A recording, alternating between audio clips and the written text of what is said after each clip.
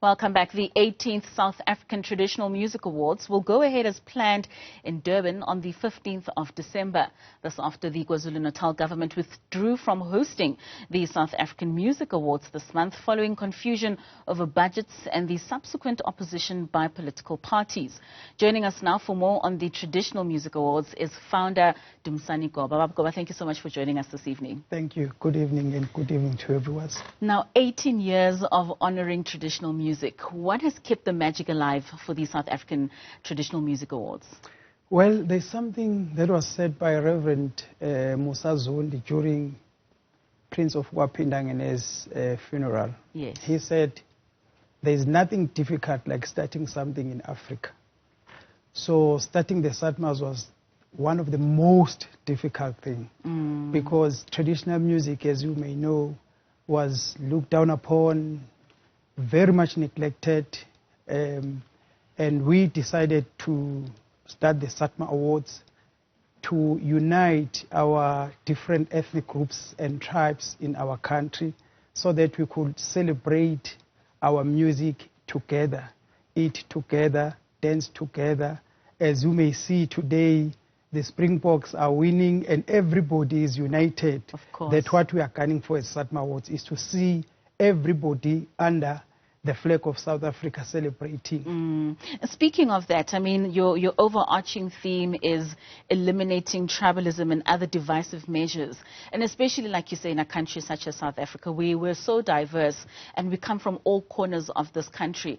How much more do you think we still need to do in creating that social cohesion? Well, we have a long way to go. Honestly, we have a long way to go. I mean, you still experience tribalism amongst us Africans. You still experience racism amongst races, different races. So we still have a long way to go. I just wish and hope that government will not only sing this social cohesion, but we put it into place so that people can actually see it. One of the things that we've been championing as Satma Awards is to say, look, sometimes you go to the school, I mean, in the rural area or in the urban area, kids cannot sing, our children cannot sing our national anthem. Yes.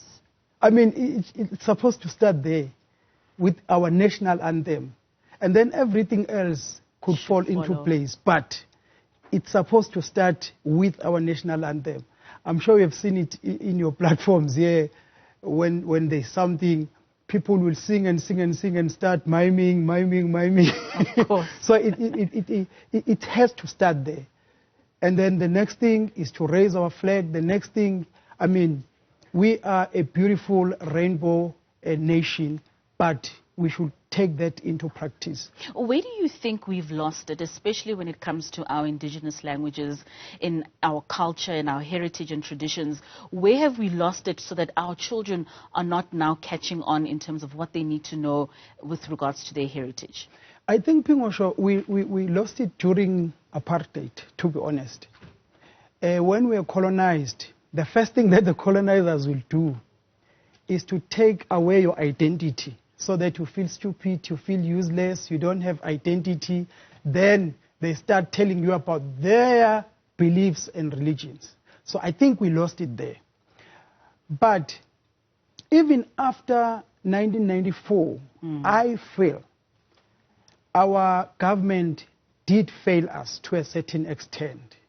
Because after so much bloodshed, so much hatred amongst ourselves, I think, apart from the truth reconciliation, we were supposed to have as many dialogues as possible to reunite families, to reunite different cultural beliefs, to reunite our country. I think we failed from that part.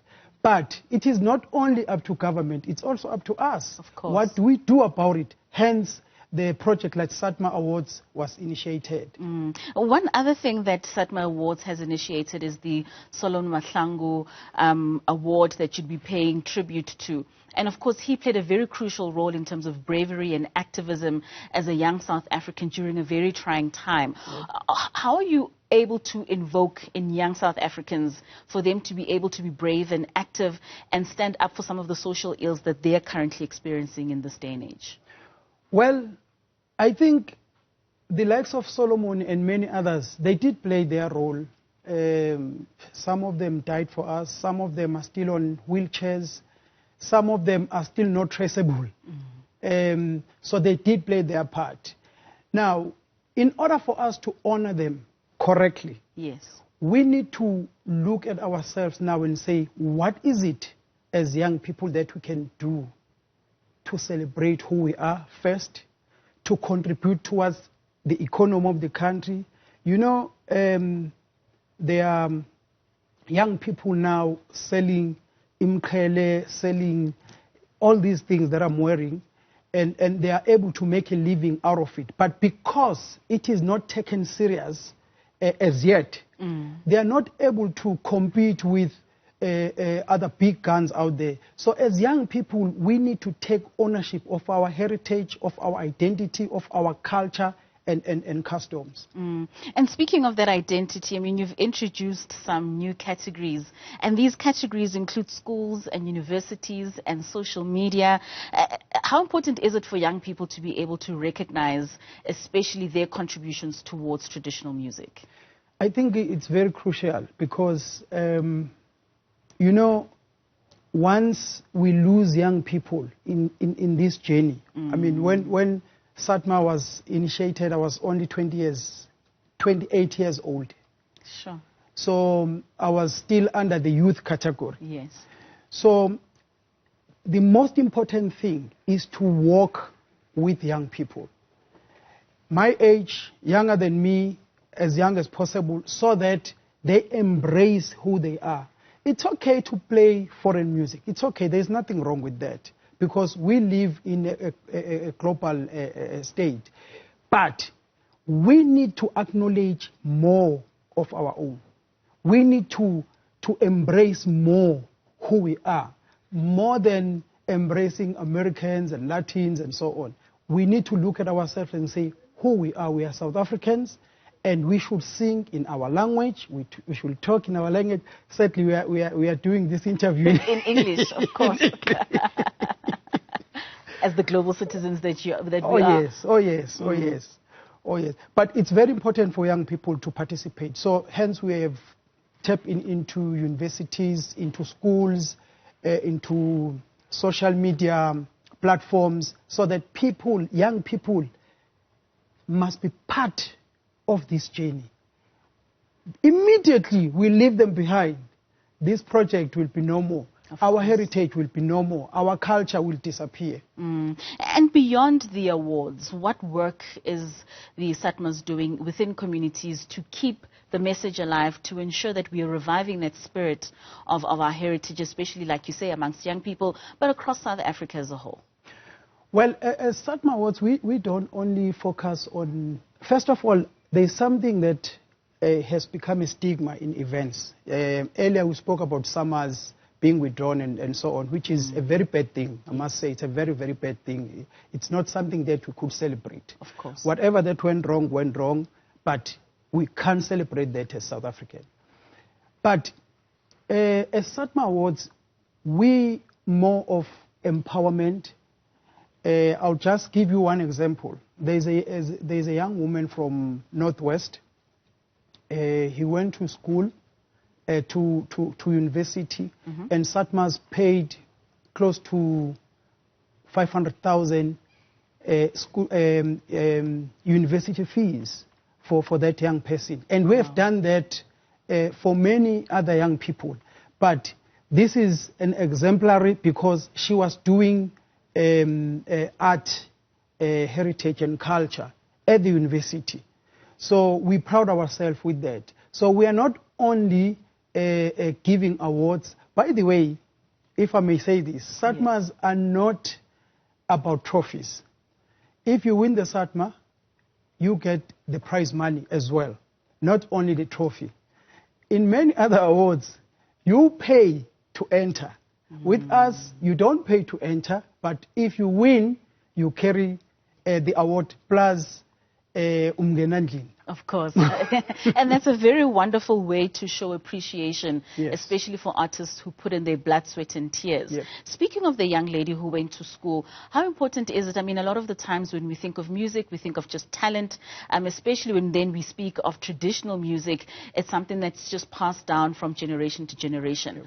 How much encouragement do you give to musicians, whether composers or those that are vocalists, in going to school and further developing this talent that they would possibly have? I mean, we always encourage people to go to school, especially in the arts sector, because if we overlook that, well, we won't compete with other genres in the world. So we have to go to school, we have to study, and we encourage young people not only to do engineering and all of that, but art as well. It's very important for us. Otherwise, our history will be kept in other countries. Of course. Whereas we have to keep it internally. I remember one thing that was said by, I think it was Dr. Sbusiso Ndebele, who was the Premier of KZN. I think it was during the 2010 World Cup. He said, people are focusing on accommodation and I don't see people talking about interpreting for guests that will be coming from China, for guests that will be coming from South America and so on, which is very crucial. That comes from what? Language. Of course. So language becomes important. If you drive in countries like China, you only see Chinese on the road signs. You don't see English or whatever. Now, it means in order for you to move from point A to point B, you must have what? An interpreter. Of course. Just from the language, a job has been created. Of course. Bab Goba, thank you so much for your time. The 15th of December, really exciting. We certainly do hope that many of our South African musicians will be awarded beyond this year's Satmas, and we hope that you will continue with this good work, and thank you so much for joining us. Thank you. Siyabonga. That was South African Traditional Music Awards founder Dumisani Goba speaking to us there about the 18th edition of these Satmas.